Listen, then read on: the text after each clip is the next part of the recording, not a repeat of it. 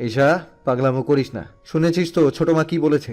ওনাদের বলা হয়ে গেছে, ওনারা রাজিও হয়ে গেছেন। এখন যদি আমি না করি তাহলে খারাপ দেখাবে।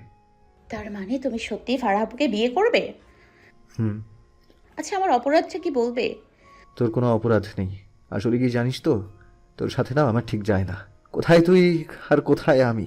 আর সবচেয়ে বড় কথা হলো, তুই আমাকে আমার মতো করে বুঝবি না, না আগে কখনো বুঝেছিস আর না ভবিষ্যতে কখনো বুঝবি। তাই আমি ফারাহাকে বিয়ে করতে সিদ্ধান্ত নিয়েছি। আশা করি তোর আর কিচ্ছু বলার নেই। ঈশা লম্বা একটা দীর্ঘশ্বাস ছাড়লো, মলিন কণ্ঠে বলল। না, আর কিছু বলার নেই। কথাটি বলে ঈশা চলে যাচ্ছিল, কিন্তু আয়েশের ডাকে আবারও থেমে গেল। ঈশা। ঈশা পেছন ফিরে তাকালো। আয়েশ মুচকি হেসে বলল। অয়নকে বিয়ে করে, ও তোকে অনেক ভালোবাসে, তোকে সুখে রাখবে অনেক। ঈশা ঠোঁটের কোণে মলিন হাসি ফুটিয়ে বলল। অয়ন ভাইয়াকে তুমি আমার পাশে সহ্য করতে পারবে? না পারার কি আছে? আমি যদি ফারহাকে বিয়ে করতে পারি তাহলে তুই অয়নকে বিয়ে করলে আমি সহ্য করতে পারবো না কেন? আমি অয়ন ভাইয়াকে বিয়ে করলে তুমি খুশি হবে? অবশ্যই খুশি হব। অয়নের মতো ছেলে হয় না। আমি পার্সোনালি ওকে চিনি, কখনো তোকে অসুখী রাখবে না। তুই ওর সাথে বিয়েটা করে নে। আমি আম্মুকে না বলতেই যাচ্ছিলাম, কিন্তু তুমি যখন বলছো আমি আর করব না, অয়ন ভাইয়াকেই বিয়ে করব। দোয়া করি তুমি যেন ফারহা আপুর সাথে সুখী থাকতে পারো। কথাগুলো বলে এশার এক মুহূর্তও দাঁড়ায়নি সেখানে। অনতি বিলম্বে আয়েশের রুম থেকে বেরিয়ে গেছে। আসলে এশার খুব কান্না পাচ্ছিল, কিন্তু আয়েশের কথাগুলো শুনে এটা বুঝতে পারলো যে এখন আর ওর কান্নার কোনো মূল্য নেই আয়েশের কাছে। তাই আয়েশের সামনে কিছুতেই সে কাঁদবে না। রাতে ডিনার টেবিলে বসে আছে রাহান মাহমুদ, হাসান মাহমুদ, আয়েশ এবং অয়ন। আর রুকসানা বেগম এবং আনিশা বেগম টেবিলে এক এক করে খাবার এনে রাখছেন। সবাই একসাথে খাবে, তাই খাবার পুরোপুরি আনা না হচ্ছে অবধি বসে বসে বিয়ে নিয়ে কিরকম অ্যারেঞ্জমেন্ট করতে হবে না হবে, কোনটা কিরকম হলে ভালো হবে, সেই সব নিয়ে ওরা চারজনে সলা পরামর্শ করছে। সবাই ডিনার টেবিলে আছে, শুধু ঈশা বাদে। ঈশাকে এখনো না আসতে দেখে আয়েশ কথা থামিয়ে আনিশা বেগমকে উদ্দেশ্য করে বলল। ছোট মা, ঈশা খাবে না? ও এখন আসছে না যে? আনিশা বেগম টেবিলে তরকারির বাটি রাখতে রাখতে বললেন। আমি তো গিয়ে ডেকে এসেছি একবার, এরপরও যে আসছে না, কি করছে কে জানি। অয়ন বাবা, তুমি একবার দেখে আসো তো মেয়েটা আসছে না কেন। বলো, আমরা সবাই ওর জন্য অপেক্ষা করছি। আয়ন উঠতেই যাবে, তার আগে আয়েশ চেয়ার ছেড়ে উঠে দাঁড়িয়ে বলল। অয়নের যাওয়ার দরকার নেই, আমি ডাকতে যাচ্ছি ঈশাকে। এই বলে আয়েশ দৌড়ে সিঁড়ি বেয়ে উপরে উঠে গেল। ঈশার রুমে এসে দেখলো ঈশার রুমের লাইট অফ। আয়েশ কিছুটা অবাক হলো। ঈশা তো এই সময় কখনো লাইট অফ করে রাখে না। ইনফ্যাক্ট ও রাতেও ঘুমানোর সময় যেখানে লাইট জ্বালিয়ে রাখতে চায় সেখানে এত তাড়াতাড়ি আজ লাইট অফ করে রেখেছে কেন? ঘুমিয়ে টুমিয়ে পড়লো নাকি? কথাগুলো ভাবতে ভাবতে আয়েশ নিচে অন্ধকার সুইচ খুঁজে নিয়ে লাইটটা জ্বালিয়ে দিল। ঈশা, কিরে এই সময় লাইট অফ করে রেখেছিস কেন? বলতে বলতে আয়েশ লাইট জ্বালিয়ে বিছানার দিকে তাকিতে অবাক হলো, কারণ ঈশা বালিশে মুখ গুজে ফুফিয়ে ফুফিয়ে কাঁদছে। আয়েশ তৎক্ষণাৎ ঈশার পাশে গিয়ে বসে ঈশাকে উঠিয়ে বসালো, যদিও ঈশা উঠতে চাইছিল না। তাই আয়েশ জোর করে তুলে বসিয়ে দিয়ে আলতো হাতে ঈশার চোখের পানিগুলো মুছে বলল, অবাক কণ্ঠে বলল। ঈশা, কি হয়েছে? এভাবে কাঁদছিস কেন? ছোট মা কি কিছু বলেছে? আর কাঁদিস না, স্টপ ক্রাইং। আবারও কাঁদছিস? কাঁদতে বারণ করেছি না আমি? চোখ মুখের কি হাল করেছিস দেখেছিস? পুরো চোখ মুখ ফুলিয়ে ফেলেছিস। এভাবে কেউ কাঁদে? কখন থেকে কাঁদছিস আল্লাহই জানে। কান্না থামা বলছি। কি হয়েছে বল আমায়। ঈশা কান্না থামিয়ে দিয়েছে ঠিকই, কিন্তু এখনো ফুফানোটা বন্ধ হয়নি। কিছু সময় পরপরই ফুফিয়ে উঠছে। কিরে কি হলো বল, কাঁদছিস কেন? ঈশা ছোট করেই বলল। কিছু না। মারবো কিন্তু এবার।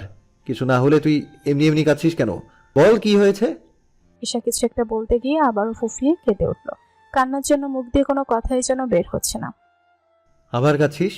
কান্না থামা প্লিজ। কি হয়েছে সেটা তো বলবি। কিছু না বলে শুধু এভাবে কাঁদতে থাকলে হবে? ঈশা কাঁদতে কাঁদতেই বলল। ভাইয়া প্লিজ, তুমি আমাকে এভাবে পর করে দিও না। আমি অনেক ভালোবাসি তোমায়, তুমি যেটা বলবে আমি সেটাই শুনবো। তারপরও প্লিজ আমাকে এভাবে পর করে দিও না, আমি মরেই যাবো তোমাকে ছাড়া। আয়েশের এবার টনক নড়ছে, বুঝতে বাকি রইল না ঈশা কেন কাঁদছে। ঈশার কথা শুনে আয়েশ আচমকা জোরে হেসে উঠল। ঈশা, তার মানে তুই এই জন্য কাঁদছিস? পাগলি, এই জন্য কি এভাবে কাঁদে? আমি তো ভেবেছিলাম কি না কি। আয় চল খাবার খাবি, তোর জন্য সবাই না খেয়ে বসে আছে। আয়েশকে এমন একটা সময় হাসতে দেখে ঈশা অবাক না হয়ে পারল না। ও কান্না ভুলে গিয়ে আয়েশের দিকে অবাক হয়ে তাকিয়ে রইল। কি হলো আয়, এভাবে অবাক হয়ে তাকিয়ে থাকার কিছু নেই। আমি আয়াসই দাঁড়িয়ে আছি তোর সামনে, কোনো ভূত নয়। চল উঠ, নিচে যাবি। তোর জন্য সবাই না খেয়ে বসে আছে, আর তুই এখানে শুয়ে শুয়ে কাঁদছিস। আমার কান্না দেখে তোমার হাসি পাচ্ছে তাই না? হাসি পাবে না তো কি পাবে? উঠ তাড়াতাড়ি। তুমি গিয়ে সবাইকে খেয়ে নিতে বলো, আমার ক্ষুধা নেই। মার খেতে না চাইলে তাড়াতাড়ি উঠে আমার সাথে নিচে চল, নয়তো মার খাবি কিন্তু। আমার সত্যিই ক্ষুধা নেই। তুমি আম্মুকে বলো, আম্মু বুঝবে। ছোট মা বুঝবে কি না বুঝবে সেটা ছোট মার বিষয়, কিন্তু আমি তোকে না নিয়ে কোথাও যাচ্ছি না। মার খাওয়ার আগে তাড়াতাড়ি নিচে চল। বললাম তো আমার ক্ষুধা নেই, জোর করছো কেন? তুই কি উঠবি নাকি আমি? আয়াস কিছুটা ধমক দিয়ে বলেছে কথাটা। ঈশা আয়াসের ধমকে আর না পেরে শেষমেশ বিছানা থেকে নেমে হাঁটা ধরেছে। আয়াসও পেছন পেছন আসলো। ঈশা ডাইনিং এসে বসতেই রুকসানা বেগম বলে উঠলেন, কি রে মা, তুই এতক্ষণ করলি কেন? তুমি ওর কাছে জানতে চাইছো কেন এতক্ষণ কি করছে? ওর তো স্বভাব এটাই, রুম থেকে বের হতেই ওর মাস চলে যায়। দেখো গিয়েও হয়তো বসে বসে মোবাইল টিপছিল। ঈশা, আমি কিন্তু বলে দিচ্ছি, শ্বশুর বাড়িতে গিয়ে কিন্তু এসব চলাফেরা আর করতে পারবি না। যদি শুনি যে তুই উল্টাপাল্টা চলেছিস, তাহলে অয়নকে বলবো এদিকে আনার আর দরকার নেই, সোজা যেন কেটে বুড়িগঙ্গায় ফেলে দেয়। আমি তোমাদের কাছে অনেক বোঝা হয়ে গেছি, তাই না আম্মু? দোয়া করো আমার যেন শ্বশুর বাড়িতে যাওয়ার আগে মৃত্যু হয়। তখন তোমাদের কাছে বিচারও আসবে না, আর তোমাদেরও মান সম্মানও ক্ষুণ্ণ হবে না আমার জন্য। সাথে সাথে আয়াস ধমক দিয়ে উঠল। ঈশা, চট দিব একটা।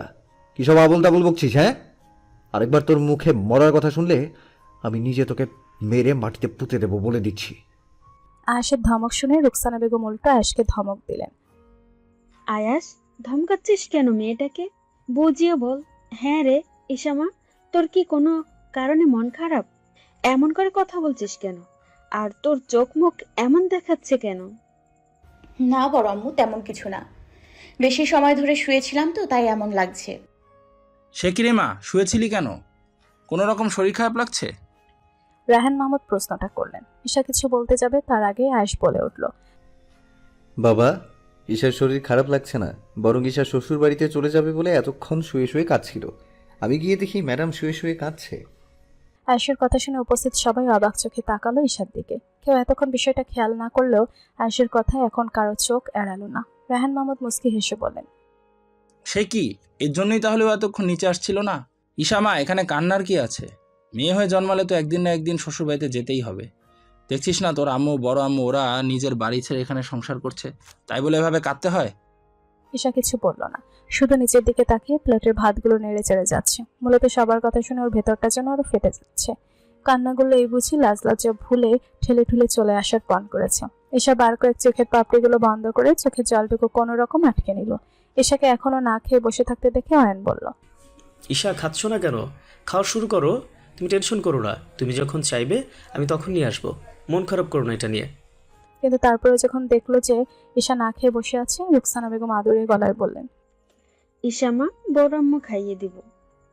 ঈশা দুপাশে মাথা নাড়ালো, যার অর্থ হলো না খাইয়ে দিতে হবে না। মূলত ঈশা ওর চোখের জলগুলো যাতে কারো চোখে না পড়ে তার জন্য নিজের দিক থেকে মুখ তুলছে না। তবে ঈশার না বলা দেখে সবাই অবাক হলো। আজ পর্যন্ত এমন কখনো হয়নি যে রুকসানা বেগম খাইয়ে দিতে চেয়েছে আর ঈশা না বলেছে। ইনফ্যাক্ট ঈশা নিজেই সবসময় বায়না করে বড় আম্মুর হাতে খাওয়ার জন্য, আর আজ সেই ঈশাই কিনা বলছে না। ভাবি, শুধু শুধু ওর খাওয়া নিয়ে না ভেবে তোমরা খেয়ে নাও।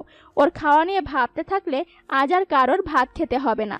সবার রাত্রের ভাত সেহেরি হিসেবে খেতে হবে। ওর ইচ্ছে হলে খাবে, না হলে খাবে না। তোমরা খেয়ে নাও। শ্বশুর বাড়িতেও কি একা যাচ্ছে? আর কোনো মেয়ে বুঝে যায় না? যত সব। আনিশা বেগমকে হালকা ধমক দিলেন রুকসানা বেগম, যাতে ঈশাকে এভাবে না বকে। সবাই আবারও খাওয়ায় মনোযোগ দিয়েছে, কিন্তু ঈশা তখনও না খেয়ে প্লেটের খাবারগুলো নেড়ে চেড়ে যাচ্ছে। ঈশা ভেবেছিল সবাই খাওয়ায় ব্যস্ত থাকায় কেউ ওর দিকে তাকাচ্ছে না, সেই সুযোগে ও না খেয়ে পার পেয়ে যাবে। কিন্তু দুটি চোখ যে সেই খাবার টেবিলে বসার পর থেকে ঈশার উপর স্থির আছে, ঈশা সেটা নিজেও জানে না। আর চোখ দুটোর মালিক অন্য কেউ নয়, আয়াস।